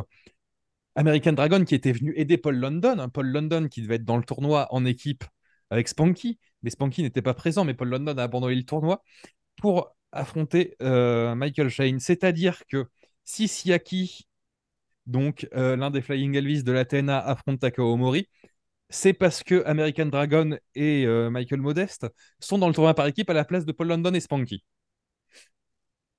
Voilà, vous pourrez Voilà, faire bah, retour 10 ou 15 secondes en arrière pour écouter plusieurs fois cette histoire pour être sûr de Ouais. l'avoir bien comprise. Et faites un mais schéma pendant ce temps. c'est surtout que le besoin de nous préciser ça est très intéressant, tu vois. Genre vraiment, il y a ce match de Omori contre Siaki au milieu de la carte et on s'est dit, tiens, si on n'a pas une explication de pourquoi Siaki est là, je pense que les gens vont être perturbés. Donc on a toute cette histoire de je sais pas où vont les bookers des fois. Ouais, Mais et je pour pense parler un peu du match, donc, ouais, pour parler un peu du match, c'est en vrai ça fonctionne, c'est pas trop long. Il y a quelques jolies choses dedans, mais très oubliable. Voilà. au point où même les commentateurs vont à un moment s'arrêter de commenter le match pour parler de choses complètement. Voilà, on va annoncer à un moment que Abdullah the Butcher va faire ses débuts à la Ring of Honor. On va parler de couverture de magazine, du magazine Power Slam, le magazine britannique. En tout cas, voilà, pas un match qui aura marqué les esprits. Victoire de Takao Mori quand même, dans un match très court, 7 minutes 28. Après, voilà, rien de plus à dire, je crois. C'est ça. En fait, le match perd en qualité par le fait que personne n'est impliqué dedans. Mais en même temps, c'est difficile d'être impliqué dedans quand on voit ce qu'on a vu avant. C'est ça. Donc, le gros choc de l'histoire de Loki, quand on Mm. voit ce qui nous attend derrière. Ouais. Donc, forcément, oui, c'est vraiment le match du entre vous. Et c'est un des défauts de la ROH de cette époque, c'est mettre beaucoup de matchs dans les cartes. Mm. Et Ouais. ça fait partie des matchs qui en pâtissent le plus. On revient sur le ring avec quelqu'un qu'on va voir très certainement pour l'une des premières fois et dont on va parler beaucoup, beaucoup, beaucoup dans les prochains numéros. C'est CM Punk qui est sur le ring et qui annonce qu'il va catcher lors du prochain show Ring of Honor qui sera All Star Extravaganza, dont on vous parlera dès le prochain numéro. Donc ce show qui arrivera au mois de novembre, il dit qu'il prend la lutte au sérieux, qu'il est fier de lutter devant les fans Ring of Honor. Il insiste beaucoup sur le fait que le catch, c'est un sport. Ça, il le répétera plusieurs fois. Et puis il va être interrompu par quelqu'un qui, bah, lui aussi, on va beaucoup en parler. Et puis forcément, si vous avez suivi l'actualité ces derniers mois du catch, vous connaissez un peu l'histoire entre les deux. C'est Colt Cabana qui va venir échanger un peu avec CM Punk parce qu'ils ont, alors certes, ils ont grandi un peu ensemble dans le catch, mais ils ont aussi été souvent rivaux. Et bah, Cabana, il l'a un peu en travers la gorge, là, que Punk qui soit là, qui raconte son truc. En gros, ça se chauffe un petit peu. Et Cabana explique qu'en temps voulu, ils vont pouvoir faire revivre leur grande rivalité ici à la Ring of Honor. Grande rivalité qu'ils avaient du côté de la IWA Mid-South, si je ne me trompe pas. Ouais, qui était un peu l'antichambre, on va dire, à l'époque de Ring of Honor. C'est ça. Et donc, on aura, voilà, et ben, on aura déjà annoncé vous l'aurez en review sur le prochain History of Honor, le début de CM Punk dans un Ring of Honor. Petit tour par les backstage avec Jay Briscoe qui parle de ses débuts Ring of Honor compliqués avec ses défaites, de la relation compliquée avec son frère Mark Briscoe, disant que ce dernier est un peu jaloux. Il revient sur son match dont on vous a parlé plus tôt, en début de review, donc à Invades Boston, en disant notamment que Mark a osé le faire saigner pour la première fois de sa carrière. Ce sang qui a coulé sur son visage, alors que c'est le même qui coule dans les veines de Mark. Il nous fait une promesse, Jay Briscoe, il ne perdra plus à la Ring of Honor, et ça tombe bien, puisque cette promesse, il va pouvoir dès à présent nous montrer s'il la tient ou pas, puisque Jay Briscoe va affronter The Amazing Red comme lors du tout premier show de la Ring of Honor. On est dans la continuité du coup de ce qu'on avait vu sur les premiers shows. Euh, on en a parlé hein, dans notre épisode hommage à Jay Briscoe, c'est que il avait quand même cette espèce de surplus de personnalité, cette capacité du coup à beaucoup communiquer avec les gens dans le ring et au micro. Là, c'est un bon exemple. En plus, c'est génial parce qu'il a cette espèce de côté un peu amer par rapport à sa place dans la compagnie. C'est quand même génial quand tu vas catcher Amazing Red, qui est le type le plus over de Ring of Honor, qui est over à en crever.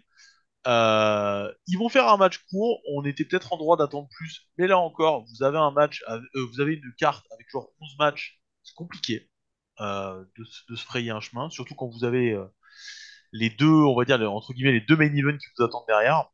Euh, c'est quand même une super partition. Entre guillemets, c'est un 7 sur 10. Hein, donc, on n'a pas de raison de se plaindre. J'étais presque surpris de voir le résultat quand on voit à quel point Amazing Red marche sur l'eau auprès du public Ring of Honor. Ça se mate rapidement, sans plus. C'est ça, c'est un petit match de 8 minutes qui fonctionne bien, qui, qui part du principe qu'on a vu le premier match entre les deux pour créer des nouvelles choses à partir de ça. L'affrontement fonctionne bien. on est dans un bon prolongement pour Jay Briscoe qui a fait la promesse de ne plus perdre à nouveau à la Ring of Honor.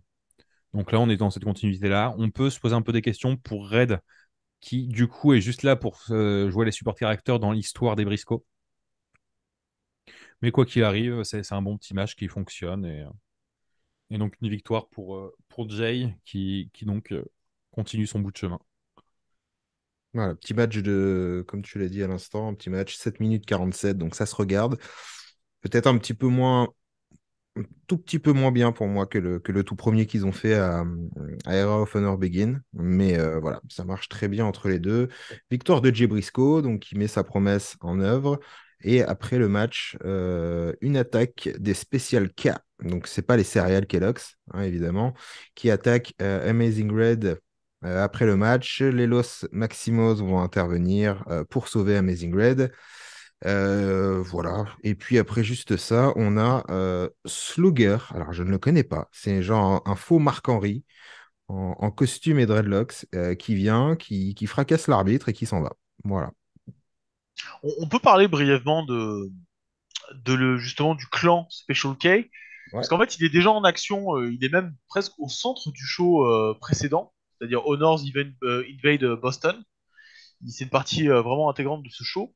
Special K, c'est un clan qui a été important dans les premières années de Ring of Honor. Alors pourquoi ça s'appelle Special K? En effet, ça fait référence aux céréales, et c'est là que, on va dire, que se trouve la blague. Mais en fait, le K de Special K, donc le fameux K, ça fait référence à la kétamine, ce fameux tranquillisant pour chevaux que certaines personnes prennent en sortie de boîte, enfin en entrée de boîte, je devrais dire. En fait, ça fait référence à l'identité de ce clan. Special K, en fait, c'était une espèce de collection de très jeunes catcheurs, tout maigrichons. Et en fait, la gimmick, c'était en fait tout simplement des jeunes gosses de riches qui, n'ayant rien à faire de leur vie, puisqu'ils étaient déjà blindés d'oseille, se sont mis à se prendre pour des catcheurs. C'était un peu ça l'idée de la gimmick. Et donc en fait, ça fait, vous avez bien compris, ça fait la parfaite équipe de footeurs de merde dans une promotion de catch bien sérieuse telle que Ring of Honor. Donc du coup, ils étaient des heels détestés par le public. Alors il y avait énormément de gens dans ce clan, hein. C'est pas un clan avec 4 personnes, hein. Il y en avait à peu près une quinzaine au bas mot, avec des bons catcheurs, avec d'autres catcheurs un peu plus compliqués, on va dire. Et ce qui va marquer en effet leur arrivée chez Ring of Honor, c'est qu'ils vont se mettre en rivalité avec l'espèce de clan new-yorkais dont on parlait, avec Amazing Red, avec les frères Maximo, avec Quiet Storm. D'ailleurs, Brian Excel, qui faisait partie de l'équipe d'Amazing Red, va trahir ses potes pour rejoindre Special K. Voilà, c'est un clan qui va faire partie des 2-3 premières années de Ring of Honor. Pour l'anecdote, c'est un clan dans lequel un certain Jay Lethal a fait ses débuts. Donc on peut au moins trouver une qualité à Special K, c'est que ben, sans ça, on n'aurait peut-être pas eu Jay Lethal chez Ring of Honor. Donc un clan qui a été important, mine de rien. Et si vous connaissez pas Jay Little, on aura l'occasion d'en parler en long et en large. Si vous connaissez pas Jay Lethal, qu'est-ce que vous foutez sur ce podcast? Bah, peut-être qu'ils se sont arrêtés avant, tu sais. On va passer à l'avant-dernier match de la carte. C'est un street fight annoncé en tout début de show entre Paul London et Michael Shane. Pour la Quelle petite, an- coïncidence de retrouver Michael Shane. pour la petite anecdote, et cette fois je me permets de la faire, Michael Shane est le cousin de Shawn Michaels. Merde. Ah bah merde Voilà. alors. J'ai entendu deux bons amis me raconter cette histoire et du coup j'avais envie de vous la partager avec vous. Donc voilà. Street Fight entre donc Paul London, Michael Shane. On va pas spoiler le truc, mais très certainement match, en tout cas le match de la soirée, ça c'est quasiment sûr. Qui veut commencer sur celui-ci? Bah je peux Vas-y, commencer. Ouais, vu que c'est Michael Shane, c'est vas-y. normal. C'est Michael Shane, c'est mon domaine de compétences. Euh, non, mais c'est super match. Super match. Ça catch à balle. C'est 20 minutes pleines. Vraiment. Il y a un côté un peu sloppy par moment dans l'exécution, on va dire. Mais en même temps, c'est un street fight où il y a de l'animosité. Donc finalement, c'est pas plus mal, entre guillemets, le côté un peu bordélique de la chose. Donc c'est vrai qu'en effet, il y a 2-3 fois dans le match, on a l'impression qu'ils vont se tuer. Oui, Mais oui, je oui, trouve que clairement. ça rajoute du cachet justement à ce match, étant donné le contexte. C'est vraiment le match qui va faire sortir Paul London de l'anonymat. Moi, je l'ai connu chez WWE dans la division Cruiserweight comme tout le monde. Mm. Mais quand j'ai commencé à creuser un peu pour connaître pour connaître comment dire son début de carrière, il y avait ces fameux mix qui tournaient sur YouTube où on le voit avec justement sa tenue qui ressemble bizarrement à la mienne. Je viens de réaliser ça. Il a une tenue, cette tenue bleue et orange qui ressemble vraiment en tout point à la mienne. C'est marrant, j'ai jamais fait le rapprochement. Mais en effet, il y avait des dizaines de vidéos sur YouTube où on le voit taper du 450, taper du shooting star press, faire des spots de malade. Euh, Si vous connaissez d'ailleurs Paul London que pour l'équipe qu'il a formée avec Brian Kendrick, matez ces matchs-là. Matez ces matchs en solo chez Ring of Honor. C'est de la super cam. Comme on disait, c'est un peu sloppy, un peu dangereux par moment, mais ça, voilà, ça jump, ça spot dans tous les sens. Faut mater ça, au moins une fois. Tu parlais de faire peur juste avant de laisser Zork donner son avis sur ce match. Il y a un moment où les fans pardon, chantent Please Don't Die Ouais. à Paul London. Mais ça vient du fait aussi que Paul London, a absolument tous ses matchs de la Ring of Honor, t'as l'impression qu'il n'a aucune considération pour sa vie. Ah, mais de fou, Vra- carrément. Ouais. Vraiment, jamais vu un mec autant retomber sur sa tête en aussi peu de temps. Mais, euh, mais ouais, là, on est au bout d'une histoire donc, qui se développe autour de la Texas Wrestling Association, où c'est les deux frontmen, en fait, c'est plutôt Spanky et Michael Shane. Michael Shane qui, je sais pas si vous avez remarqué, son nom ressemble un peu à celui de Shawn Michaels, mais c'est parce qu'ils sont cousins, en fait. Et Moi, je trouve pas, moi, mais. on est donc dans une situation où Michael Shane essaye de s'affirmer un peu et dans sa crise d'adolescence a décidé donc de s'en prendre à ses camarades de classe, à son professeur.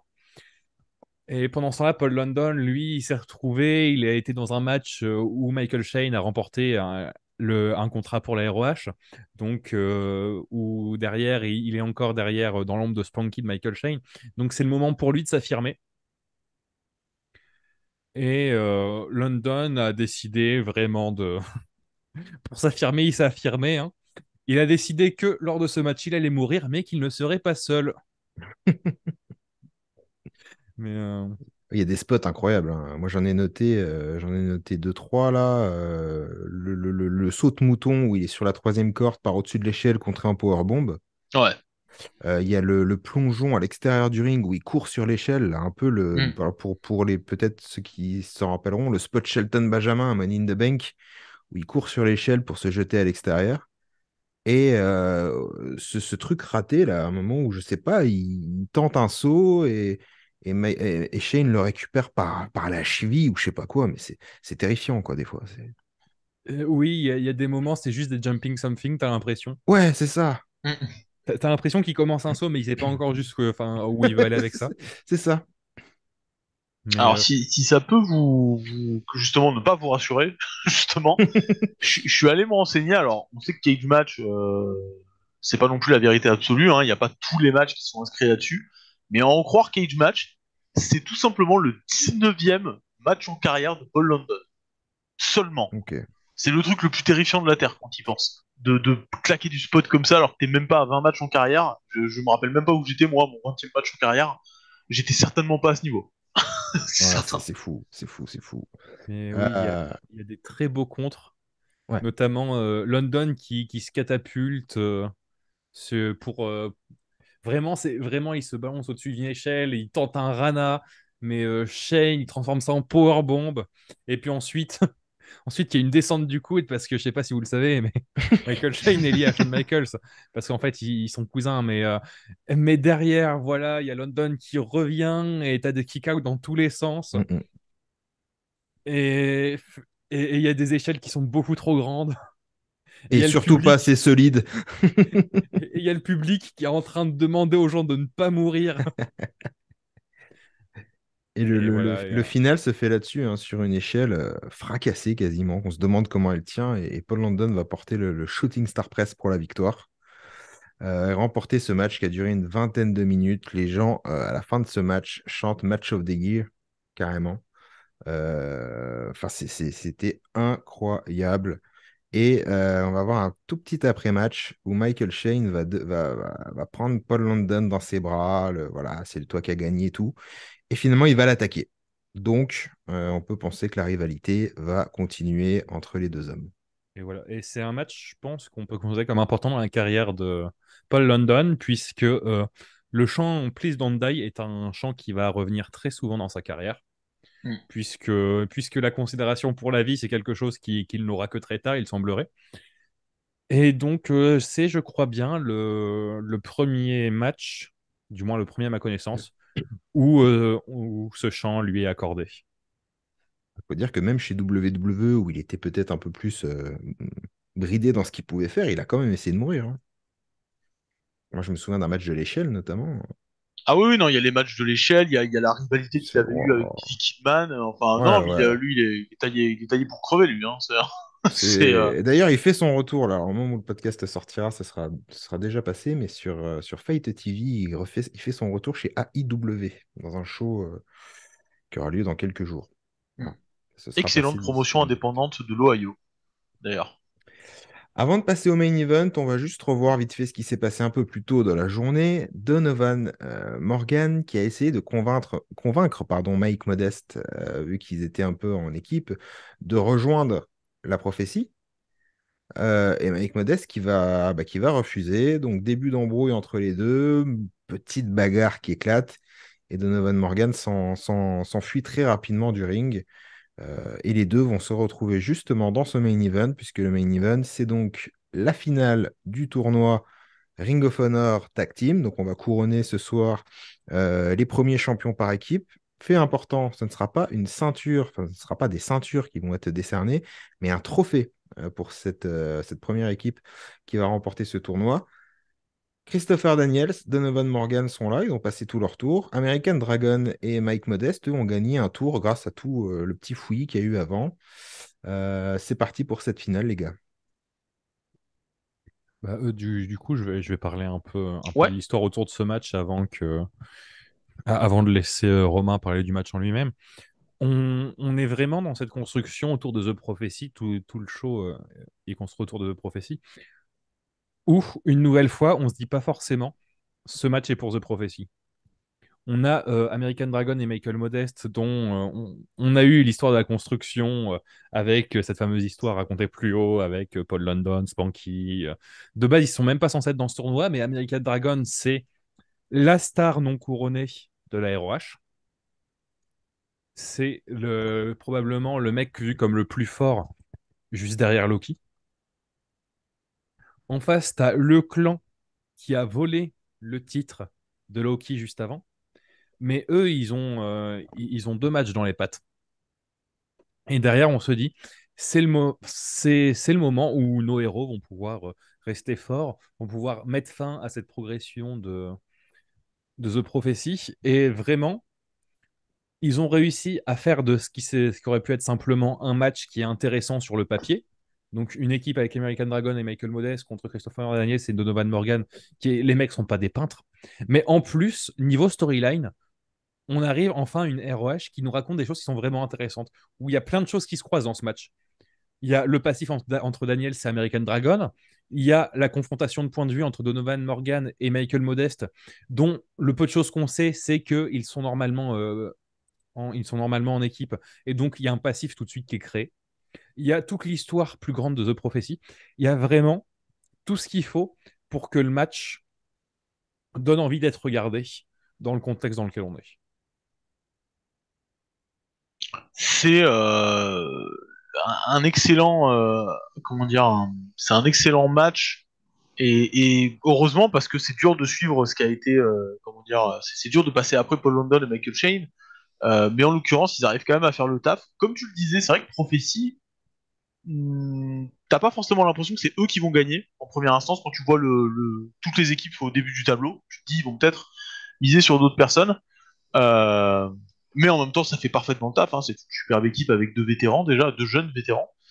Euh, Personnellement, moi, j'ai bien aimé le match. Euh, c'est pas un match peut-être dont je me rappellerai dans 5 ans, je vais le dire comme ça, mais c'est un match quand même qui vaut le coup, qui vaut le détour.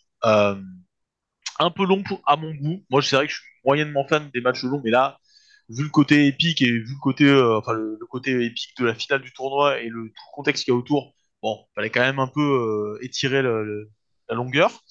Euh, Ce qui est intéressant de voir, c'est que moi, ça m'a beaucoup rappelé le fameux match entre Danielson, Loki et Daniels. C'est-à-dire que les éléments importants de ce match-là, de ce triple threat, ils ressortent en fait dans ce match tag. C'est-à-dire que Danielson est incroyablement en confiance. Daniels fait le taf pour tout le monde. Moi, j'ai l'habitude de dire servir la soupe. Il sert la soupe, mais à tout le monde. Ce qui n'empêche pas les autres de vendre, hein, d'ailleurs. Hein. Danielson vend très bien en parallèle.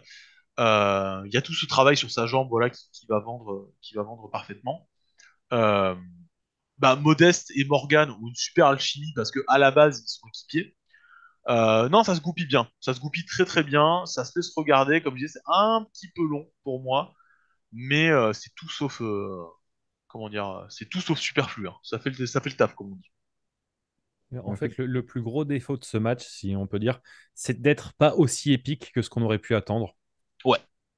Mais derrière, bah, ça pâtit un peu du fait d'être juste derrière le match entre Michael Shane qui, comme vous le savez peut-être, est cousin de Shawn Michaels, et Paul London, donc qui est un très très gros match.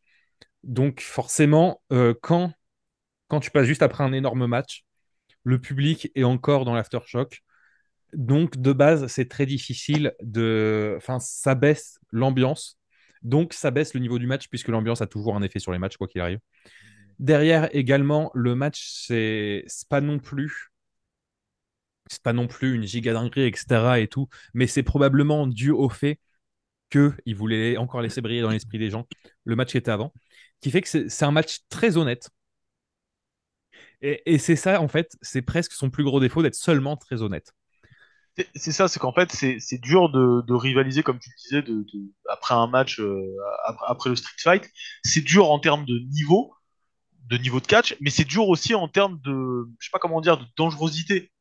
C'est-à-dire que même si tu fais le meilleur match de catch technique de la Terre, c'est très compliqué de montrer à des fans un travail technique sur la jambe d'un adversaire quand littéralement 10 minutes avant, il y a deux mecs qui ont failli crever, quoi.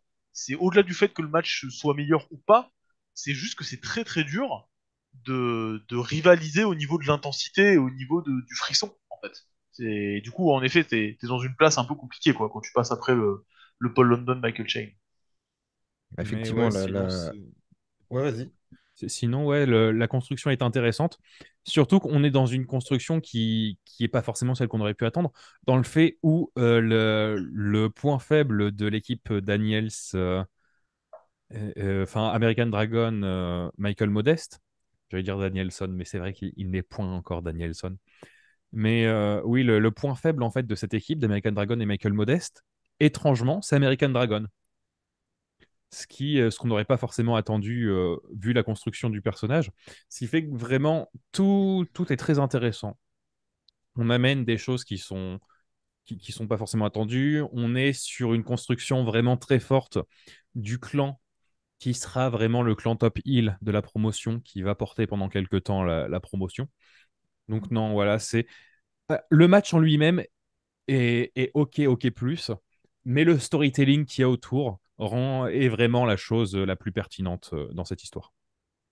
Si on peut vous conseiller quelque chose, à la limite, avant de vous donner le résultat de ce match, c'est peut-être de le regarder finalement avant le Street Fight de Paul London et de Michael Shane, puisque effectivement, comme vous l'avez dit, passer après, c'était pas simple. Et le public en est la preuve, puisque le public est presque éteint pour ce match. Hein. Donc là aussi, ça peut faire, quand Romain parlait de longueur du match, forcément le match fait 26 minutes. Quand en plus le public est un peu éteint, ou encore sur ce qu'il a vu avant, ça peut être un peu long. Victoire et premier champion par équipe, Daniels et Donovan Morgan. C'est donc ainsi que The Prophecy va détenir ce soir tous les championnats, puisqu'on vous le rappelle un peu plus tôt, Xavier a, on va dire, tourné pour rejoindre Daniels, et donc on a le champion Ring of Honor et les premiers champions par équipe qui n'auront malheureusement pas l'occasion de récupérer leur trophée, en tout cas pas en un seul morceau, puisque Mike Modeste, furieux, va fracasser le trophée à coups de chaise. Voilà, devant une foule qui réagit pas plus non plus, hein, honnêtement, devant ça. Réaction plutôt étrange quand on voit le match, puisqu'en plus, The Prophecy gagne pas en étant forcément heal, en trichant. Donc c'est un peu étonnant. Ouais, il y a quand même la triche de Morgan sur la fin. Tu vois, sur Ouais. Danielson? Oui. Ouais, mais Qui- ça- Après, c'est pas giga sale, mais c'est la ça. façon dont a été établie Prophétie avant, en fait, dans ce match-là, ils auraient pu se comporter comme des giga face, qu'ils auraient quand même été accueillis par des raclures à cause de ce qu'ils ont pu faire, ne serait-ce que plus tôt dans le show. Ouais. Ouais, ouais. Donc en tout cas, voilà, ils sont les premiers champions par équipe de la compagnie. Un petit segment backstage pour finir le show. The Prophecy qui va célébrer en coulisses donc avec leur titre. Daniels dit aucun titre ne sera en jeu à Glory by Honor. Donc ça, c'est le prochain show avec All Star Extravaganza dont on va vous parler. Aucun titre ne sera en jeu. Xavier affrontera un adversaire, mais sans défendre son championnat. Et il dit même qu'il va affronter un loser. Et là, il est interrompu par Marc Briscoe, qui est là, qui écoute, et qui dit bah tiens, si tu veux affronter un loser, je peux te proposer mon frère, Jay Briscoe. Puisque c'est quand même, en termes de loser, c'est le match, c'est le mec qui est parfait, quoi. Christopher Daniels va en rire et va dire ok, on aura Jay Briscoe contre Xavier. Encore une fois, ce ne sera pas pour le championnat Ring of Honor. Euh, et Christopher Daniels, lui, je crois, annonce Dick Togo contre Doug Williams, qui s'affronteront pour le droit d'affronter Daniels et que s'ils perdent, ils ne seront plus autorisés à faire le code de l'honneur, à se serrer la main, puisque c'est quand même la grande vendetta de The Prophecy. Voilà pour ce ROH Unscripted. Les matchs à voir, les gars. Ah bah il y en a un qui me semble qui me semble à peu près évident, hein, c'est le Street Fight qui est complètement fou, Ouais. qui est fou dans le bon sens comme dans le mauvais sens. Enfin, c'est vraiment pour le meilleur et pour le pire. Euh, Bah, c'est quand même le point d'orgue de ça. Le match pour le titre, parce que c'est quand même pour l'histoire. On est quand même un podcast sur l'histoire de la Ring of Honor. C'est important quand même de voir ce match. Mais ça, c'est un peu évident. Du coup, ces trois rencontres, elles sont un peu évidentes. En bonus, je mettrais peut-être. Allez, qu'est-ce que. Ouais, je mettrais peut-être le match Prophétie contre Dick Togo et Hidaka. Ouais, moi aussi, ce serait mon petit bonus, celui-là. Voilà. Oui, donc Romain vous conseille de regarder le show en entier. Ouais, c'est vrai que je viens de donner la moitié. Euh, bon, bah, Bon, c'était un bon show hein, dans l'ensemble. Donc, mais oui. Après, bah, forcément, oui, bah, c'est la même chose, hein, le Paul London contre Michael Shane. Michael Shane, qui, comme vous le savez peut-être, un cousin de Shawn Michaels, donc, qui d'ailleurs affrontera dans les prochains shows Spanky et Paul London, parce que bon, on aime quand les rivalités ne prennent jamais de fin. voilà. Mais oui, match à conseiller. Xavier Laouki, j'aurais du mal à le conseiller.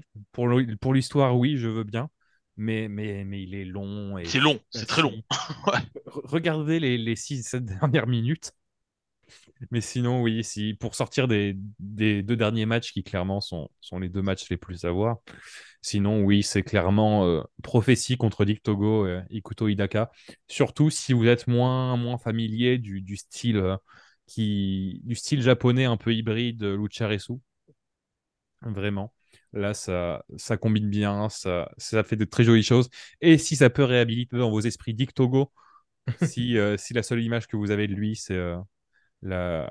c'est son passage actuel à NJPW, bah allez-y, foncez. Ah, c'est clair. Ouais. Et ben voilà, on va se retrouver pour le prochain show. Ce sera All Star Extravaganza. On l'a dit un peu plus tôt, avec notamment les débuts dans un Ring of Honor de CM Punk.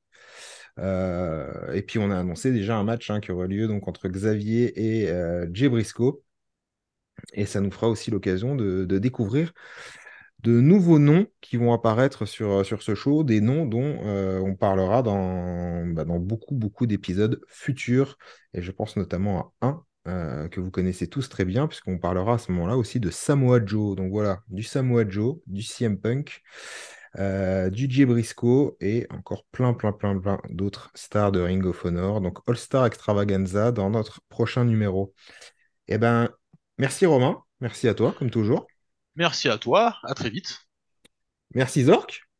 Merci à toi pour tout ça et merci à nos auditeurs également. Merci à vous tous. Vous pouvez nous suivre, donc le podcast sera disponible comme d'habitude. Vous pouvez nous écouter sur YouTube et sur Spotify.